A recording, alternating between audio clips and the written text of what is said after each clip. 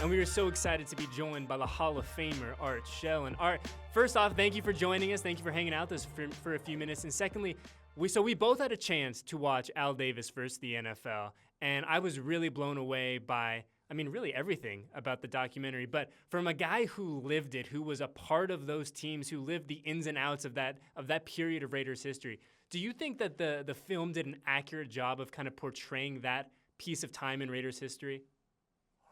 I thought the film was excellent. I thought it was a good portrayal of what went on, what occurred, the use of the what do you call those things?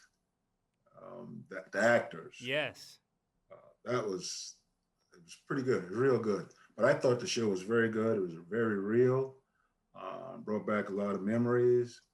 A lot of fun things went through my mind when I saw it, and listening to Al talk and knowing how he is, that was a good portrayal of his life versus the NFL. You talk about those actors, and we can talk about that now since this is going to come out after folks have had a chance to watch the documentary.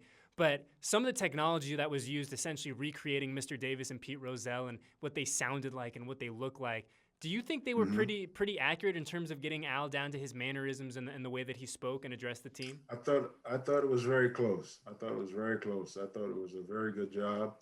The voice, the way the guy was walking like Al, and listening to the guy talk like Rozelle. So I thought it was very good.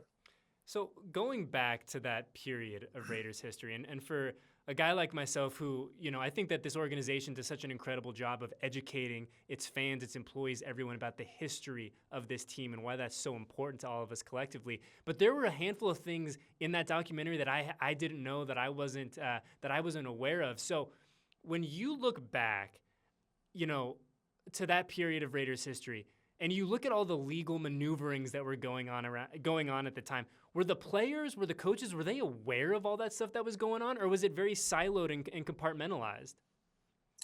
Well, he told us to worry about playing, and he'll take care of the rest of it. But we, as players, we knew what was going on, and you couldn't help but know what was going on. We read the papers, we saw the news. Just talking to Al sometimes about it. So we knew what was going on. Was there ever a moment for you or any of the players where you, like you say, you're reading the newspaper and you're controlling what you can control, right? You're controlling on what's going on between the hash marks. But are you ever like, boy, we are really living and playing in a very interesting time? It was interesting times, but he was very adamant. You guys worry about playing. Just win, baby. That's what you guys worry about. And let me take care of the rest. And that's what we went out and tried to do. And he certainly did take care of the rest in terms of Mr. Davis and moving this organization around, and not even only doing that, but really having the team play at such a high level. And after watching the documentary and having a chance to kind of sit on it for a little bit, it really did feel like those teams, especially in that era, kind of had that it's a us against the world mentality, where the only thing that we got are the guys in this locker room, the people in this building that are dedicated to our success. Did you guys feel it? Were you able to feed off of everything that was going on to be like, hey, look, the NFL isn't going to do us any favors. We know they don't like us, so we got to go out there and we got to take care of business, because really at the end of the day, we're all we got. Well, that's true. We were against the league. The league was trying to do something to our football team. It was trying to do something to our owner, try to keep him from taking his team and moving it. I can remember there were one time Al brought, I think it was me, Gene, and I think Willie was there too, into his office and kind of explained to us what was going on and why it was happening. And he said, you guys just worry about playing. Just keep this team together. Get it done on the field. I'll get it done outside. And during that time, I remember he showed us a letter. And the letter was from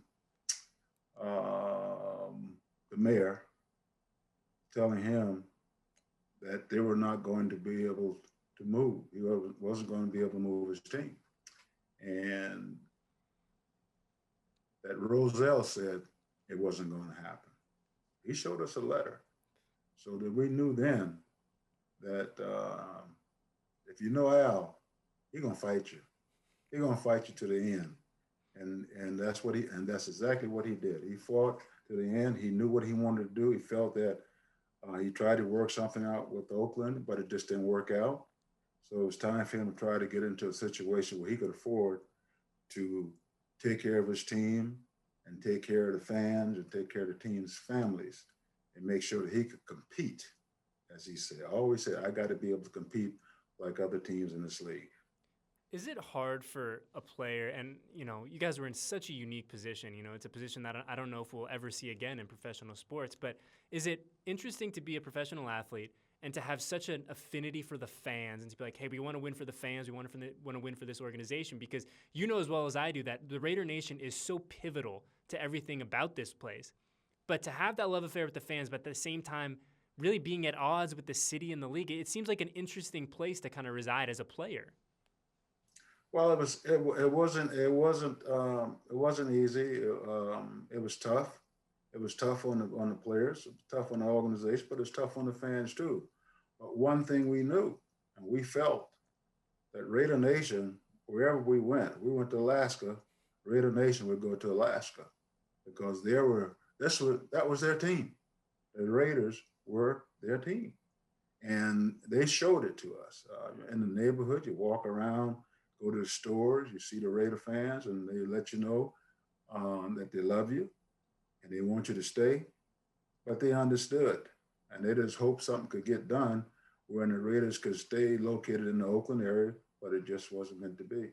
We're talking the Hall of Famer Art Shell, and Art. It seems like from watching the documentary and knowing everything that we know about Coach Flores, it seems like he was the absolute perfect person to keep that locker room together and to keep that ship headed the right direction through all of this, right? Tom was great. Tom was great. Mild-mannered, Iceman. If Tom raises his voice a little bit, that was loud. When I say loud, it's like a doggone dropping a cotton ball. He had a way of letting you know exactly where he stood, and he had a way of getting the team to go out and play exciting, winning Raider football, as we call it. Tom did a great job during that time frame, keeping the team together, keeping us focused on our job. What was our job? Our job was to go out and win. And as I said, he had a great coaching staff, and the staff got the job done by putting the plan together. When game day came, we just had to go out and play and win. Did Tom ever yell at you? You talk about him being such a mild-mannered guy, and obviously our experience with Coach Flores is of Coach Flores as the broadcaster and as kind of the grandfather. Did he ever yell at you? Did he ever get into you? No. No. If Tom said "damn," that was a lot. I think I heard him say "damn" one time. He wasn't that kind of guy. He's like a quarterback in the huddle. He talked to the team like he was calling plays in the huddle. And the guys respected him because they knew he played. He played for the Raiders. He coached for the Raiders for a number of years. And when he took over, hey, Tom is the guy. He'll lead us, and he led us very well. Yeah, absolutely. I mean, you look at the resume, and I think to say that he led you guys very well would be a bit of an understatement. But Art, what would it mean to not only him, but for you and the players of that era to see Coach Flores get into the Hall of Fame, if that's indeed what happens later this week? Should have been in the Hall of Fame a while ago. It shouldn't come to this.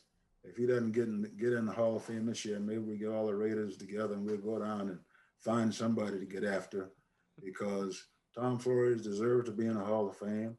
He coached the Raiders, winning football. He won 2 Super Bowls. You got coaches in the Hall of Fame that maybe won 1, maybe didn't win any. There's one coach in the Hall of Fame, he lost 4. Tom Flores is not in the Hall of Fame. There's something wrong with that picture. I've said it before, and I'll say it to anybody. Tom belongs in the Hall of Fame. And I believe he's going to get in this year, because I think they realize, the people that vote for it realize that he belongs, and he should have been in it before.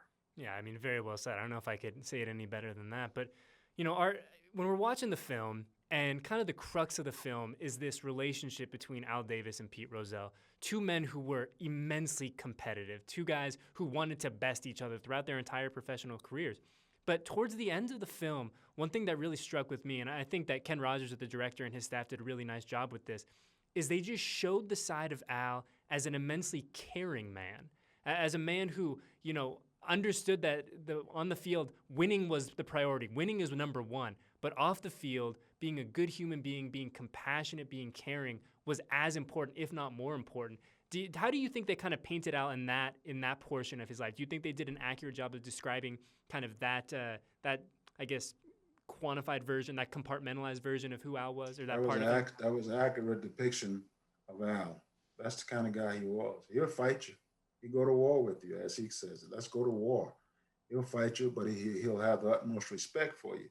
While he fought Pete Rozelle, he had respect for him, and that shows. I know that about Al. As I said, when he let me go the first time, we stood up in his office and talked for a while, and he wished me well, and I wished him well. Then we stood up and hugged each other. We both cried right there together, So he had feelings, but he's a tough guy. He's a fighter. He's like Rocky. He's gonna fight you to death. You told a great story after the 30 for 30 wrapped up, and we were doing that Q&A with some of the alumni. And you told the story of when Al called you right before naming you head coach, and he said, "Hey, just sleep on it, get some sleep tonight, and we'll talk in the morning." I can't imagine that you got a wink of sleep that night. I imagine you're running on 6 cups of coffee. Like, what's running through your head at that point when you get off the phone with Mr. Davis? I don't drink coffee. That's bad for you. It is. I agree with you. When I hung the phone up, I immediately went and got a notebook, and I started writing. I started putting together practice plans.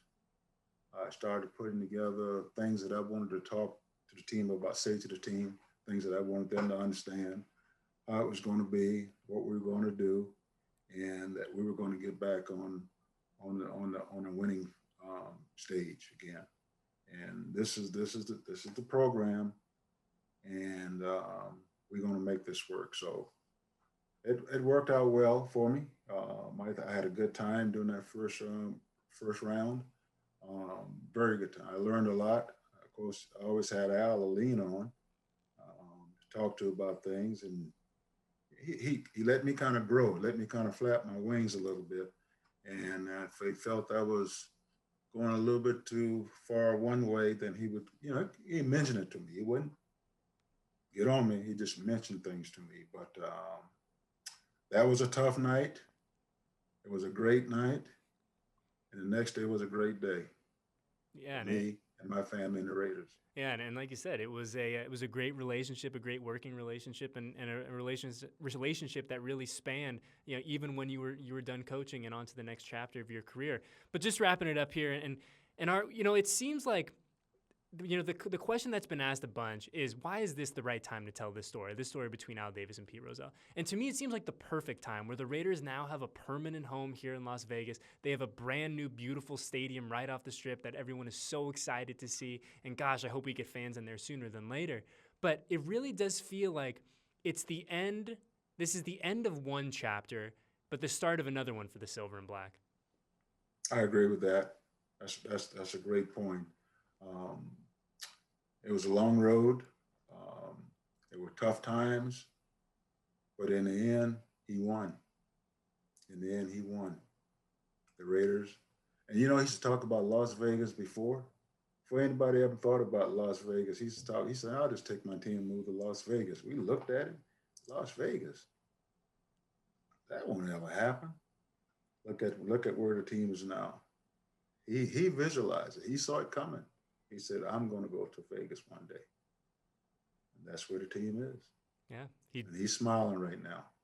Absolutely. He just won. For a man who made his career about just winning, I think he certainly won. And you look at that building, like I said, right off the Strip, and that is a victory in and of itself. Well, Art, thank you so much for the time. Stay safe, stay healthy, and hopefully you can see you at that brand new, beautiful stadium here in Las Vegas sooner than later. I can't wait to see it. Listen, folks, all you have to do is look at the building some are calling the Death Star to see we're living in a sports world that owes a debt of gratitude to two former sworn enemies. Al Davis is one. Former NFL Commissioner Pete Rozelle is the other.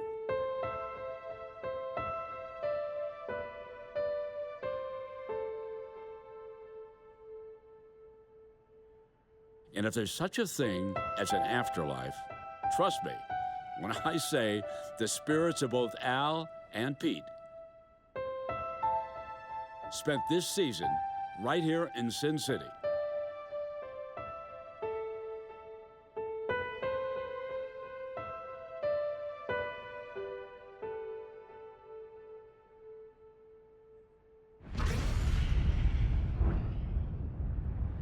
What's most important to you? I'm amazed when some men say love. I only wanted to be loved by my players and the people I lived with. I pushed it away because I didn't need it.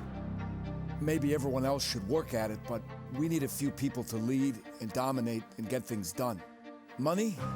It was something I never had to strive for. Our family had it growing up in Brooklyn.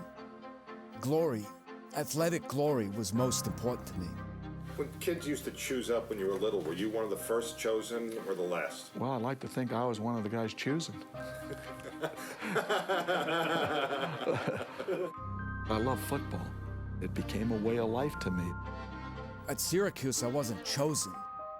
I never made it past JV anything, so I vowed to be a chooser. I hung around the football practices so much, taking notes, studying the coaches, how it was done. They thought I was a spy. In a way, I was. I was on the outside of that world looking in. I learned you can take what they give you, or you can fight. I learned that power is most important to me. The power to control my own destiny. To take what I want. And we are joined by the legend Brent Musburger to talk about the 30 for 30 that just came out earlier tonight, Al Davis versus the NFL. And Brent, I really like the way that Ken Rogers, the director of this piece, put everything together, the way that he built out this story and the way that he really elected to tell this story. So let's just start at the beginning. How were you approached to become involved in this project? Well, it was Kenny who came to me, and said, would I be available? Because they knew I had lived it. I'd lived the 80s, living in the New York area, was close to Commissioner Rozelle, and became close to Al Davis because of his friendship with Jimmy the Greek. So frequently I would go out to dinner with the two of them when we were in the West Coast. And so I certainly knew both of the gentlemen, and it was a simmering, heated rivalry. I mean, they really intently disliked each other. And then, of course, the last Super Bowl trophy that Al Davis and the Raiders get, I think it was back during the 83 season when they beat Washington. And I was the host that Super Bowl for CBS. And I'll never forget a couple of the commissioners, right-hand men, came to me privately and said, Brent, do you think anything's going to happen when this trophy is handed off the way this rivalry has gone with the lawsuits and everything? And I said, no. I said, listen, both guys are gentlemen. It will be fine. And so Pete then launches into the speech as he's presenting the trophy to Al. And I couldn't believe it. And you will find it in this 30 for 30, where he starts talking first about the Washington Redskins' great season. And I know that this was irritating Al all over again, And Al, as I've looked at the tape, was looking off to one side. But when he took the trophy, and people have seen this move over and over with this huge smile on his face, Coach Tom Flores next to him, he turns toward the team and is close to us and says, just win, baby. It was typical Al Davis. But yeah, I thought that they did a great job. Listen, there were a lot of things that I had forgotten about the trial and the juror who was deposed originally. He was not going to back the Raiders' move to Los Angeles in any way whatsoever, related to a man who actually wanted an expansion project. Things like that are in the piece. were so good for me to review all the things that went on. You know, I'm going to ask you about the trophy ceremony in just a little bit, but in going back and having a chance to watch the documentary for the first time, and one thing that I tell folks all the time is that the Raiders organization does such a good job of educating its employees, everyone, about the history of this team. But to me, it was so incredible getting a chance to kind of live that moment of all this litigation and stuff. And to me, it was one, immensely entertaining, but it almost feels like a soap opera a little bit. Like if you were to write that as a script, like someone would be like, listen, man, like let's pump the brakes a little bit. There's no way that things could heat up that quickly and become kind of that convoluted and personal. It seemed like it was crazy. You're absolutely right. First of all, it was a soap opera. And second of all, you have to look at it from the corporate perspective, from the National Football League's perspective, okay? As soon as it was over and done, and the Raiders had moved to Los Angeles, okay, and they had won the trial in the federal court, they tried to push things away, all right? So a lot of that video that you saw had never been seen before, or if it was maybe a couple times on the local news. I think what the group did was an outstanding job of collecting video from the local news outlets that covered that trial on a daily basis in Southern California. There was a lot of video that I had never seen, okay? And I had lived through this. But what the NFL wanted to do after it was over and done, and they had lost, they wanted to move forward. And so too did Al, although he still harbored some hostile feelings toward the league because he didn't think he was harming them in moving into Los Angeles. Remember now, the Rams, first of all, go down the road from the Coliseum to Anaheim. And as it's pointed out in the piece, Anaheim and Los Angeles are much further apart than just the 32 miles. They're in like different countries. I know, I lived in Los Angeles, worked locally out there for a long time. So it was great seeing it. But I'll tell you what was really moving was how they ended the piece, okay? Mm-hmm. When Pete, who was ill and resigns at that one meeting, how it was Al who got up and gave Rozelle, his archenemy, the big hug as he was leaving the room. And that's the kind of guy that Al Davis was. He could get mad like that on an instant, but down the road he could forgive and forget and move on. You know, and I think that kind of the crux of this story is it's a story about two hyper-competitive men who were trying to be the best in their respective fields, and a story of a rivalry and really trying to one-up each other throughout the entirety of their professional careers. But like you said, the way that the film ended and the way that it showed Al and it cast Al as kind of this caring individual, as a character who wanted to win more than anything else, but then also a person who understood the importance of health and family and love and all that stuff off the field. Did you have a chance to get to see that side of Al? Not Al the competitor, but Al the loving, caring, just person. Oh, absolutely. And listen, I don't think any organization back in the day, or certainly today with Mark Davis as our leader, I don't think any organization has ever cared as much about its alumni. In other words, its former players. And that started with Al Davis initially. You know, he didn't make a big deal about promoting Art Shell, an African-American, to become his head coach. He just said, this is a guy who's smart. He was a great player for me. I think he could be a leader. And he elevated it, just as he did the first Latino coach, Tom Flores. Al never made a big deal out of those things.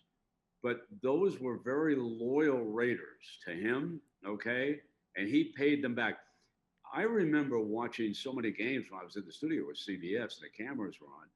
All the ex-players, like Jim Otto, he would always be up in the owner's box with Al Davis watching the games.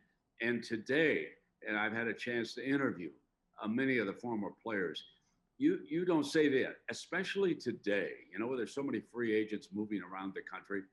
But it was the Raiders, and people will tell you that once you're a Raider, you're always a Raider, and they really mean it.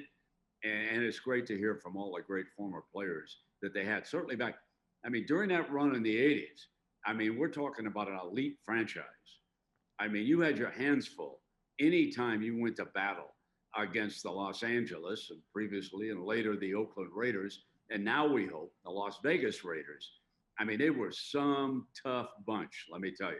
Yeah, no doubt. Brent Musburger is our guest. And Brent, you talked about that trophy ceremony after the Super Bowl against Washington. And I'm just curious, as a professional for you, you know, the amount of preparation that goes into any game, but the Super Bowl, I imagine, is just a completely different beast in terms of getting ready for what you want to say, who you're going to say it to. Does that relationship between Al and Pete Rozelle come up at all during your pregame preparation of, okay, if we do have this moment, and the moment did come where Pete Rozelle hands Al Davis the Lombardi Trophy, like, what do you remember about those moments in particular? Well, you know, a couple of them. Obviously, everybody's seen the video when Al turns toward the team and says, "Just win video." Okay, just win, baby. We've all seen that video. But from a couple of things about Pete. First of all, I knew he was going to be very gentlemanly. He was going to pass the trophy across from me. It was the fastest exit that I've ever had. The commissioner knew that the camera was going to come away from him and it was going to tighten up first on Coach Flores and Al, then it was going to single on Al when he made the turn. I mean, Pete had been around TV long enough to know that. I mean, he disappeared. He was gone, okay? Now, the next funny thing that happens from that is I'm holding the microphone. And the one thing we were told over and over again prior to the presentation of the Super Bowl trophy, NBA, whatever it might be, is do not let go of that microphone, young man. Oh, yeah. Well, Al was trying to get it out of my hand. All right, basically, you don't see this because the camera, we were laughing, okay, because I wasn't letting go of that microphone. I'd been taught not to do that because then you lose control of the room, basically. It wasn't like we had any fear of Al. It didn't matter who the coach was, Bill Parcells or anybody else. Just make sure you maintain control of that. And it was Al's hand right up on top of mine when he turns. Just win, baby. But that was so typical of Al. And like I said, when I ended that part of the ceremony, and then we went to commercial, I believe, before we picked up with a lot of other things, Rozelle was long gone. I think he was halfway to the airport, to tell you the truth. Okay, he couldn't wait to get out of there. I imagine that covering a team like the Raiders at that time, a team that was so successful on the field, is exciting in and of itself. But then you throw in all this legal maneuvering that's going on off the field. I can't imagine day to day what it would be like to be in that mix as a reporter, as a journalist, as someone covering the team. Like, I don't know if we'll ever see a circumstance like that one again, Brent. Well, I'm going to tell you the truth. It was difficult for me, all right? And Al probably didn't speak to me at least 6 months, maybe upwards of a year, because I was in New York and because CBS basically did the NFC games. And I had been from the Midwest, and I was just opposed to franchises moving, period. It certainly wasn't personal. I'd seen the Braves move from Milwaukee down to Atlanta, and I just hated to see that happen, okay, to any organization. Let me get this and see if I think that's yours. My wife apologizes for interrupting. This is not my phone ringing. Hey, okay. This is life in 2021, right, Brent? This is life in COVID. You got the dogs barking, the phone's going off. The phone's ringing and everything else.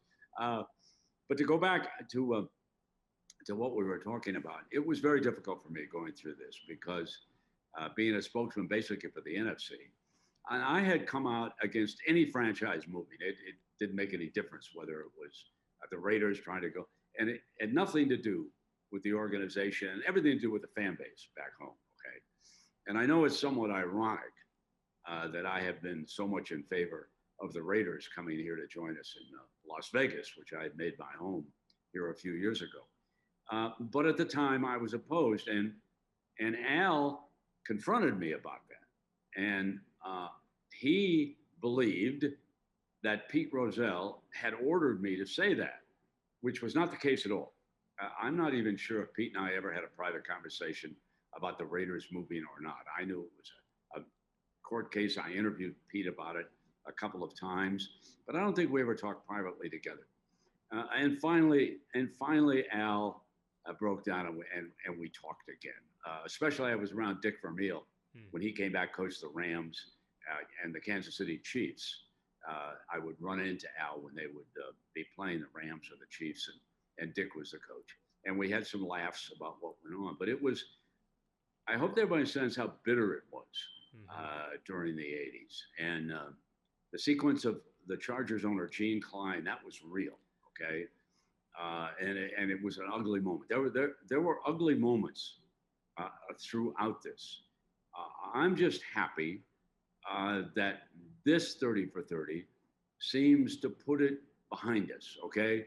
In other words, I love the way it evolved and it ended, okay? I just so much like the way they produced it and edited it and came with the closing visuals that they did. I think people are going to enjoy it, but it was real. There's nothing made up about that controversy. Let me assure everybody, okay? There were bitter feelings about what was going on. And I'll tell you what's interesting, the most interesting to me, and it's Mark Davis. Mark came out of that he saw his father under enormous stress throughout the court trials and the controversy and everything. Now it is Mark who has to move because the city of Oakland is not taking care of him in that stadium. But the league has not approved of the ownership, okay? So Mark did it a very different way, okay? He became a sort of a salesman for the Raiders, and he worked the room, getting support for what he had to do. And I do believe that Mark learned a lot from that bitter dispute back in the 80s, and he took a far different approach to it. And now, look at what's become of the franchise. This beautiful practice facility down in Henderson, which includes the broadcast studio, and of course the $2 billion Allegiant Stadium. You can't beat that. And there'll be Pro Bowls here. There'll be Super Bowls here in Las Vegas. And it's all because Mark Davis, he was able to work that room better than his father did back in the day. I'm going to be perfectly honest about it, okay? He got it done in a way that everybody is happy, and there's not a controversy amongst Mark and the other owners in the league. I think it was a wonderful job by the young man. Yeah, very well said. And just wrapping it up with Brent Musburger. And Brent, it feels like you said it really well. It feels like this is the perfect time to tell this story, where that portion of the Raiders' history is behind them. We're looking forward. You mentioned that beautiful brand new building right off the strip, and we're hoping that fans can be there sooner than later and we can enjoy that beautiful building together. But in terms of the timing, it really does feel like this is the most appropriate moment for Ken and his team to tell the story. Absolutely.